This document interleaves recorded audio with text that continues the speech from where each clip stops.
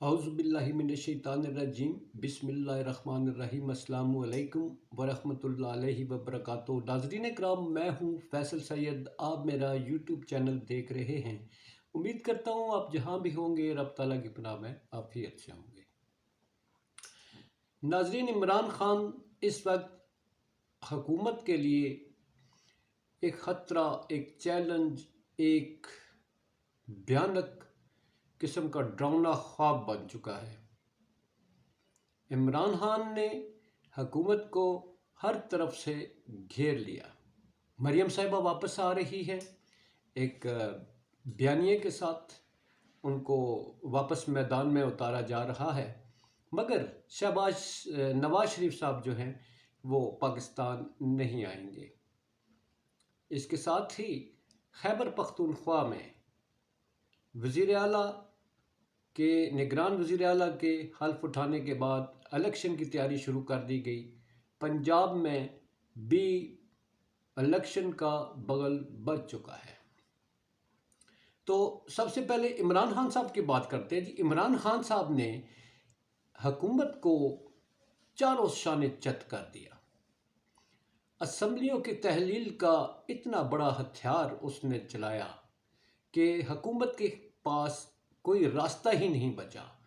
بہت ہاتھ پاؤں مار رہے ہیں۔ معاشی مشکلات ایسی ہیں کہ سعودی عرب جیسے ہمسایہ ملک، دوست ملک نے بھی ان کو شرائط عائد کر دی ہیں پیسے دینے کے لیے۔ شرط کیا ہے کہ اپنے ملک کے حالات ٹھیک کریں۔ IMF وہ بھی ہاتھ کھینچ چکا، کوئی بھی پیسے دینے کو تیار نہیں۔ تو عمران خان نے وہ کچھ کر دکھایا جو یہ 11 جماعتوں کے اتنے سارے ذہین فتین افلاطون اور ارسطو قسم کے لوگ مل کر بھی اس کا توڑ نہ نکال سکے۔ اب ہوا کیا ہے؟ بڑی خوش اسلوبی کے ساتھ خیبر پختونخوا اسمبلی میں جیسا کہ میں نے بتایا، نگران وزیر اعلیٰ آئے، انہوں نے حرف بھی اٹھا لیا، کام شروع کر دیا، انہوں نے کوئی ٹائم ضائع نہیں کیا۔ مگر الیکشن کمیشن جو ہے پنجاب کے نگران وزیر اعلیٰ کا فیصلہ کرے گا۔ عمران خان کیوں اتنا مقبول ہے؟ لوگ کیوں اس کو چاہتے ہیں؟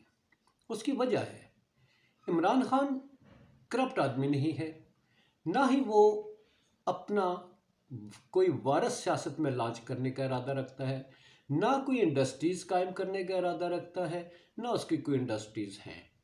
کرپٹ کا ثابت کرنے کے لیے توشہ خانہ کے علاوہ ان کے پاس کوئی ہتھیار نہیں۔ جبکہ نواز شریف لے لے یا آصف زرداری صاحب لے لیں، ان کی ماضی میں حکومتیں کرپشن کی وجہ سے ختم کی جاتی رہیں۔ عمران خان کی حکومت کرپشن کی وجہ سے نہیں وہ کی گئی۔ عمران خان کے وہ بیانیہ جس نے قوم کو خود مختاری کا نعرہ دیا، قوم کو باعزت رہنے کا نعرہ دیا، وہ اس کے زوال کا باعث بنا۔ مگر وہ زوال کا باعث نہیں، وہ اس کے عروج کا زمانہ آیا۔ قوم پہلے اس خواب میں تھی کہ شاید مہنگائی جو ہے سب سے بڑا مسئلہ ہوتا ہے۔ مہنگائی جو ہے عمران خان کا وہ ساتھ چھوڑنے جا رہے تھے۔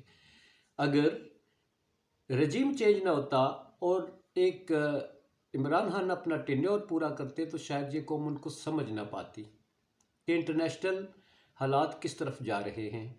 مگر جب رجیم چینج ہوا تو عوام کی آنکھ کھل گئی کہ یہ 11 جماعتیں اکٹھی ہو گئی ہیں۔ پھر عوام نے کہا کہ نہیں، مہنگائی مسئلہ نہیں، خودداری مسئلہ ہے۔ انہوں نے کروڑوں لوگوں نے عمران خان کے ساتھ کھڑا ہونے کا عہد کر لیا۔ اب ان کروڑوں لوگوں کی ضد بن چکا ہے عمران خان کہ عمران خان کو ہی لانا ہے، جو خودداری کی زندگی دینا چاہتا ہے۔ تو عمران خان اور ان کا مقابلہ کیا جائے تو قوم نے خود ہی فیصلہ کر لیا ہے کہ بہتر کون ہے۔ مریم صاحبہ واپس آ رہی ہیں جی، ایک بیانیے پرانے بیانیے کے ساتھ آ رہی ہیں اور اس میں تھوڑا سا تڑکا لگائیں گی واپس آ کر۔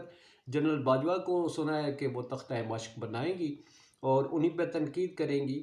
عمران خان صاحب کا آج کا خطاب جو ہے وہ اس حوالے سے بڑا اہم ہے کہ نواز شریف صاحب کے تحفظات کیا ہے، نواز شریف کا صاحب کو اسٹیبلشمنٹ سے آخر مخاصمت کیا ہے۔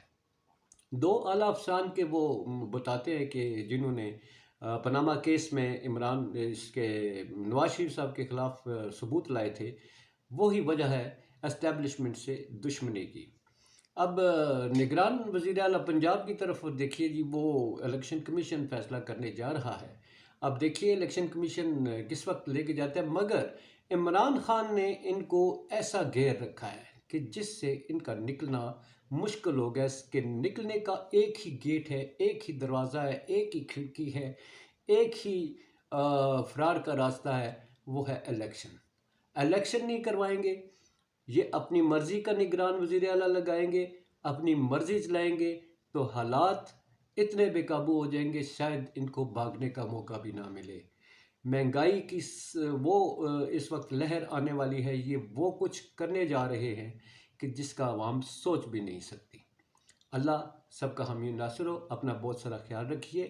پاکستان زندہ باد، پاک افواج پائندہ باد۔